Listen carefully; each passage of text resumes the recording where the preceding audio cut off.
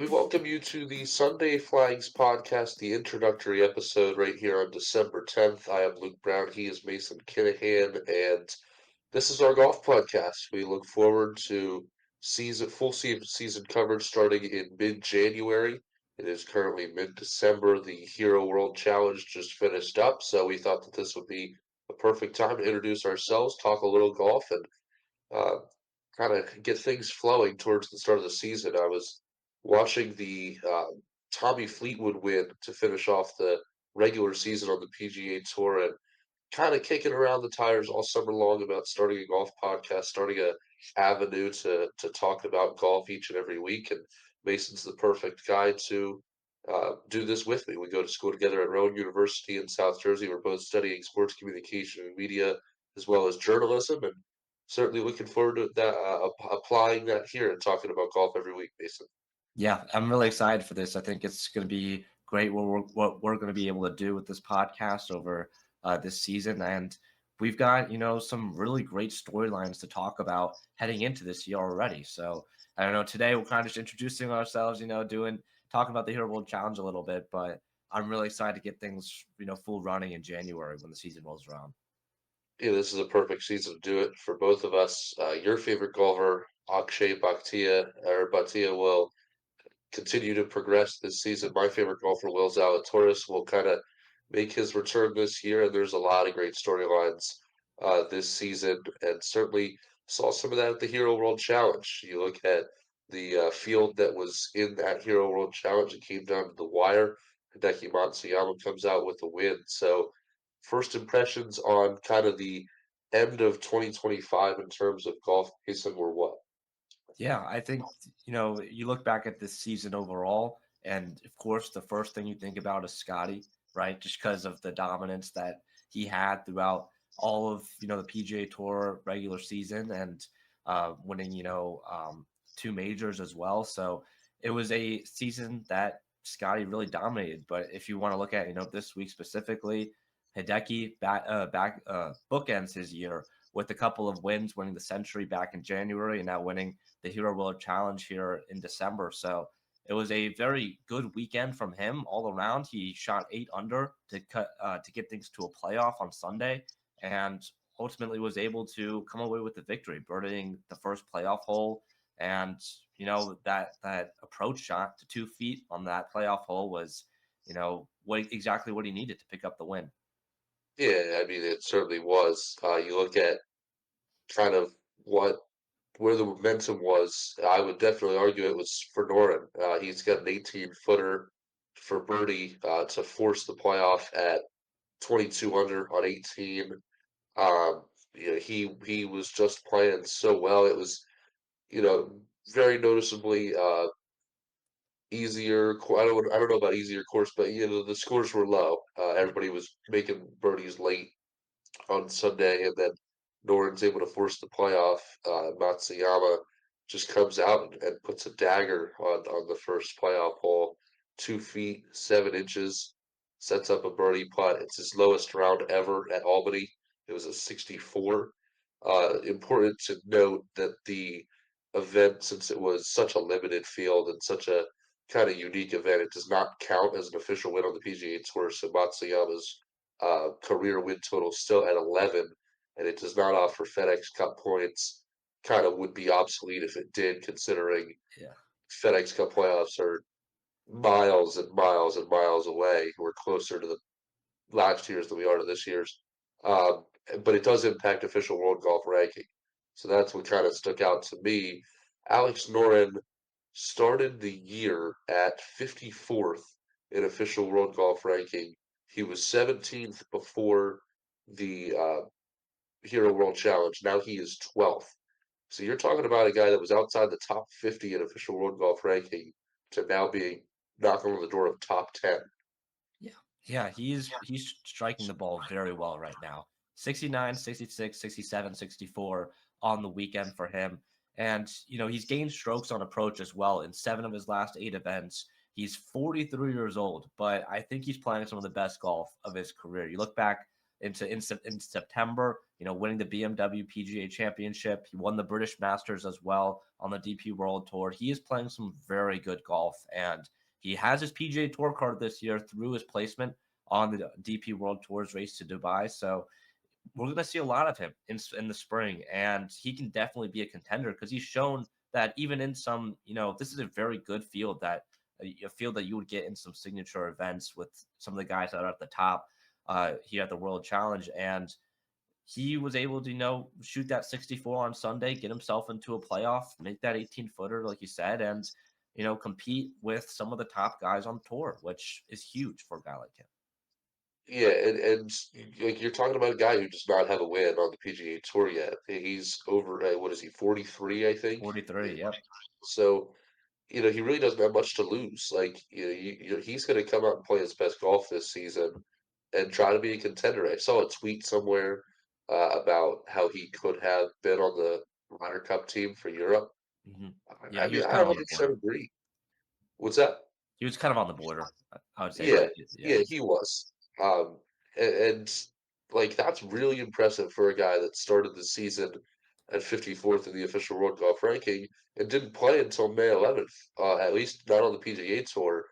He had a hamstring tear that sidelined him for a while, so he's not playing until Sepp Straka's Truist Championship that started on May 11th. Like that's really, really impressive. There's not a lot of guys that are making up that much ground in that little sample size from May to, we are now in December, but obviously he's had a long break. So yeah, that's really interesting to me, and I'm looking forward to seeing what he's able to put together. Another guy that was kind of knocking on the door of the European Ryder Cup team, Rasmus Niergaard Peterson, who takes home the Australian Open. Yeah. Yeah, it was a great week from Nurgard Peterson, and that up and down on the 72nd hole was incredible.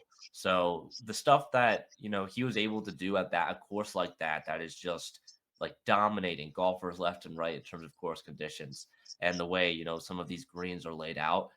It was great to see, that up and down from Niergaard Peterson. And, he's someone that, again, is kind of like a dark horse in a way, as someone that's not talked about a ton. But, you and me were both at the US Open back in Oakmont, and this was a guy that was putting together some solid rounds and at a really difficult course. And so he has his PGA Tour card for 2026. So I really think that he can be someone who we could see in the top 5 of some of these events, especially, potentially winning some of these, full field events that maybe some of the top golfers that aren't usually playing in. So I really like what Nirgard Peterson's been doing this season. Yeah, you talk about him at the U.S. Open. For context, if you guys do not know me or Mason, we were both at the U.S. Open working communications for the USGA. It's something that we continue to look to do in the future to be at more events and be around golf as much as we can. I was around Rasmus Niergaard Peterson 3 days.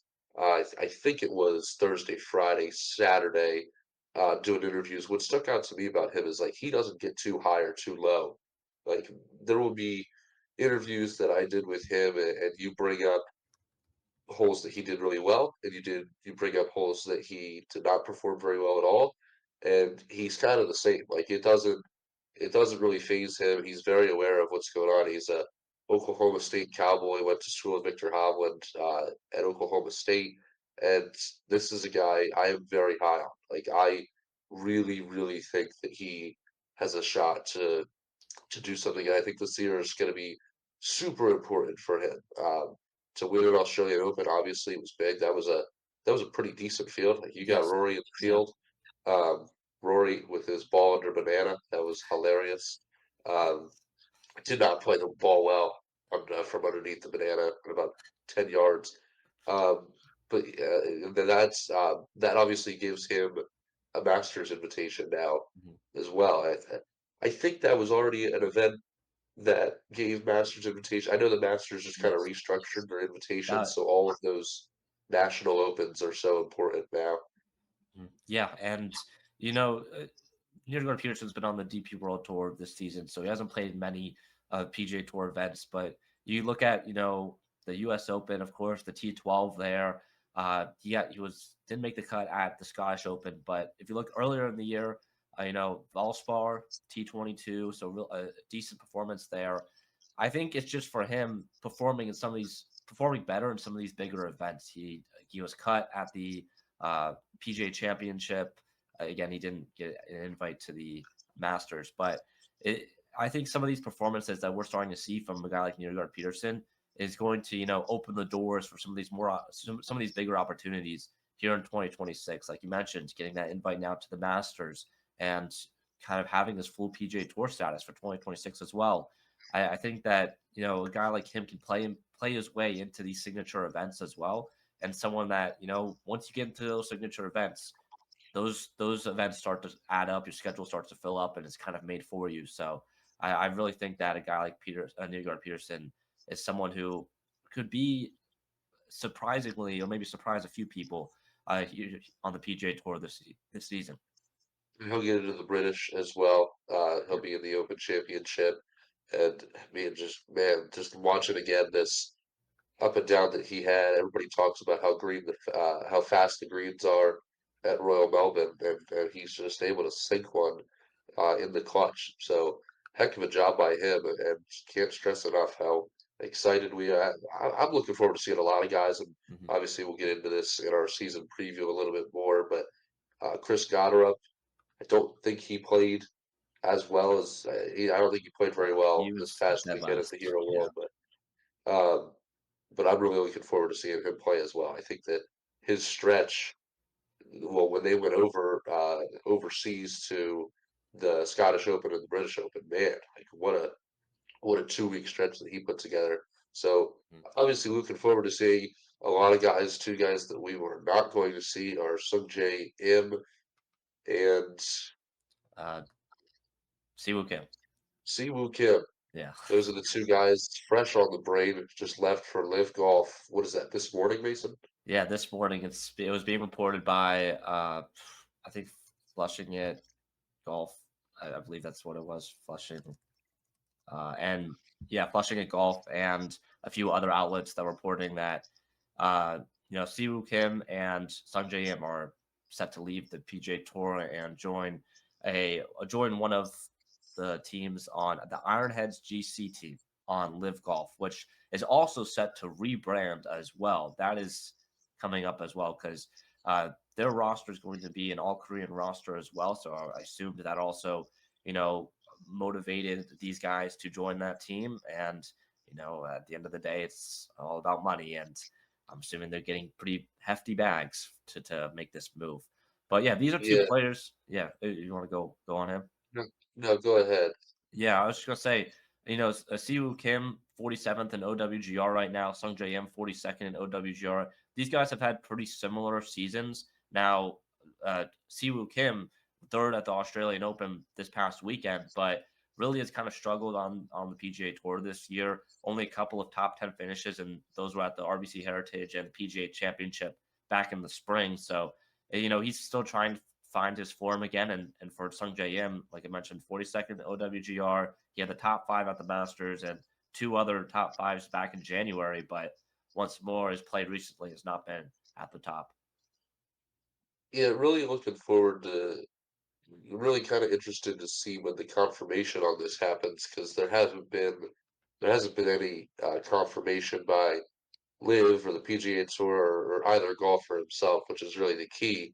Um, yeah, I mean, you're talking about two guys that provided a lot of value to the PGA Tour and two guys that you're kind of only going to see in majors once again, and that's kind of the unfortunate part to me. Besides the money negotiations and things of that nature, and you see a little bit. And if I really wanted to turn on Live Golf, then I could, um, and watch. And occasionally, if there's something going on, then maybe I will. But the unfortunate part to me is like these are quality golfers that you're only going to see at the U.S. Open, the Masters, the British Open, and the PGA Championship. So, Hmm. yeah, two quality golfers that are going to go and make some money, and we'll see what happens in the next couple of years with Liv. I'm still very optimistic with Brian Rolab being kind of the new figurehead of the PGA Tour that we can maybe get something done here. bring back golf as we knew it. Yeah, yeah, it definitely, with the kind of shifting at the top for the PGA and the PGA Tour over the last year or so, bringing in Rolap, who was with the NFL, and we've kind of seen how the NFL has gone about their business over the last, decade or so, and kind of the exponential rise that the NFL has kind of just taken over, American sports, and eh, bringing in a guy like Rolap, who has been very highly sought after for a lot of different jobs and very highly respected. Was pretty much the NFL commissioner in waiting.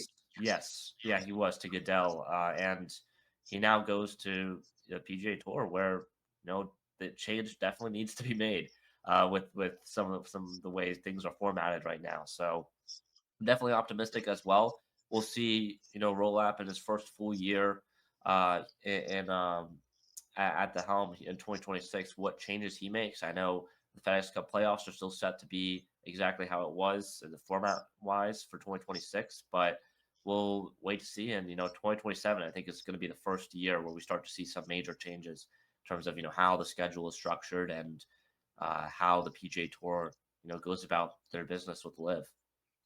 Really good point that's being made by Josh Carpenter, who I definitely would like to get on our show, and we're going to reference him a lot. He's from Sports Business Journal. Yeah, Sports Business Journal, golf reporter there. He raises the really good point that Siwoo Kim and Sung J M leaving the PGA Tour, that's a big hit to the quality of the President's Cup field coming up at Medina. Yes. Yeah, that is pretty huge. Those are two guys that have been on multiple President's Cup teams and two guys that, kind of were near the top in terms of leaders on the international team. So it's definitely a big hit to for the President's Cup, and I will see if that kind of affects participation as well in terms of quality of play with other guys on the tour once we get over back to the fall. But that's like a year from now, so we still Yeah, got a long time before we get to that. yes, yes, we do. Yeah, Siwoo Kim has 3 appearances on the President's Cup team. Sung J M also has 3. So, those are experienced President's Cup players, and would be unfortunate to lose them when we do get to that President's Cup in over a year. So, Yeah, and interesting stuff. yeah, and this is a big year for Brant Snedeker as well. He's kind of, you could say, one of the favorites to be the Ryder Cup captain in 2027, and so this is a big President's Cup year for him. And if he can, lead a team to a President's Cup win, a dominating President's Cup win, and be kind of in that conversation, because again, the U.S. Ryder Cup team we saw back in September is kind of lost at this stage. There's another tweet here from 54 Golf saying Siwoo Kim in late stage talks to join Ironheads Golf Club. Apparently, there's a rebrand that is pending with that club. Um, I have the deal not names for the rebrand. It do you? is It says deal not done, but league sources say it's happening before 2026. So I would imagine that things are going to move pretty swiftly with what we hear in terms of what's actually going to happen for real. Yeah, and I mean again, this is just rumored, and this is according to Flushing and Golf. The names of these rebrands that Live Golf has filed trademark filings for. So Fireballs GC is going to become Real Club de Toros GC. Stinger GC will become Southern Belindi GC or Southern Guards GC, and Ironheads GC will become Becco East GC. So I don't exactly know the exact reasonings behind those names. Me personally, I would just stick with the simpler ones. But Yeah, yeah, so Liv is doing it's stuff. interesting. It's interesting to me because like really the only like live golf brand with these clubs is that's recognizable as the Crushers because Mhm. Bryson DeChambeau has made that. I mean, what's like? I mean, you and I were at the driving range and saw a kid walk by with a Crushers GC hat. I don't know if you remember that, but Mhm. um, like you don't. I don't. I couldn't tell you. I can remember the logo that John Rahm wears. I couldn't tell you the name of it, but I know he wears it all the time. Yeah, And then Bryson DeChambeau has obviously made the Crushers brand such a recognizable thing, and like, and you dive into why is that? Obviously, he's got the YouTube thing going on, so that's going to be a big deal. But then like the majors, that's where Live Golf, I think, isn't missing the boat, but could be hitting the boat harder with like if you want to make this thing real, if you want to make this a real thing, like you gotta attack these majors. Like you gotta be selling out to make sure that you got your guys are dominating the majors. I mean, essentially live golf on a Sunday at a major should feel the same way that the European Ryder Cup felt on Saturday at the Ryder Cup this past year, where you're just dropping putts. It's us against them. I mean, that's the mentality they should have. I'm not saying that that's what I want to happen. I don't think that that's for the betterment of golf. But if Live Golf really wants to kind of keep on the attack again, I think they got to go after the majors. Yeah, and we look at the two again rumored signings in Sung J M and Siwoo Kim. You look at Kim's major history; it's not great. It's really not. I mean, the T8 at the PGA Championship this year was his best finish, but I'm looking at a bunch of T40s, T30s, a lot of cuts. He doesn't have a result better than T29 other than the PGA Championship this year since the Open Championship in 2022. So we're only going to be seeing him now at majors. So that again, like you mentioned with the majors and how maybe Liv wants to prioritize that. I wouldn't say that signing does a great job of it. But then you look at Sung J M's, it's a little bit better. Couple of top tens in the last couple of years at the 2025 Masters and the 2024 Open Championship. But once more, he's got four cuts in the last 2 years, he's missed four cuts in the last 2 years, and most recently at the U.S. Open and the British Open, T57 and T52. So once more, not really consistent play at majors for Sung Jae. Yeah, well, we will see what happens with those guys still. Again, no official confirmation on what happened. To quickly touch before we wrap up, PGA Tour Q School, believe just finished up, correct? It's happening this weekend. Happening this week. So, thoughts on some of the younger talent that is on display at Q School? Yeah, this is a place where some of these guys are gonna, fight for their cards, and the top guys, Doug Gim and Ricky Castillo, are probably the two favorites heading in. But those are two guys we saw at the U.S. Open, and they qualified through the Open qualifiers there. So it'll be a cool. It's at Dyes Valley course as well, so that'll be an interesting setup. But yeah, Zach Blair is also going to be in the field. So a few guys that you've heard a little bit on the tour, but fighting for those last couple of spots on the PGA Tour in terms of card and eligibility before we get to the real thing in January. Yeah, and everybody talks about how difficult that kind of stretch is. There's a lot of golf that's being played. It can be brutal at times. So I think that Q School is a really good way of kind of really testing, who's going to be able to make it because that's that can be a brutal stretch of golf. Mhm. Yeah, it really can. And also, I mean, the Grant Thornton Invitationals this weekend as well. You've got duos out there from the PGA Tour and the LPGA Tour. The top names and the top duos got to be, yeah, I mean, Lexi Thompson, Wyndham Clark have to be one of the top duos there. Nelly Korda and Denny McCarthy got to be towards the favorites as well. So a couple of good duos to watch out for at the Grant Thornton Invitational this weekend. Feels like preseason football almost. Like Yeah. you just there's so many things that are of value, and obviously the news about Sung J M and Siwoo Kim, and that's real. That's real stuff. But so many things that I'm just ready to talk about the real stuff, and that's coming in about a month. We will be back with our season preview in just over a month on January 11th, and then we're getting ready to roll from there. It's the real stuff. The Sony Open is that week, and the PGA Tour will be back in season. So until then, we will keep you posted with the description of this episode. You will have the links to our Twitter, our Instagram, and our Substack. That's where you can find us right now and at Sunday Flags Pod. super simple to shoot us a follow on X and Instagram. I am Luke Brown. He is Mason Kinnahan, and we will see you in a month for the PGA Tour season.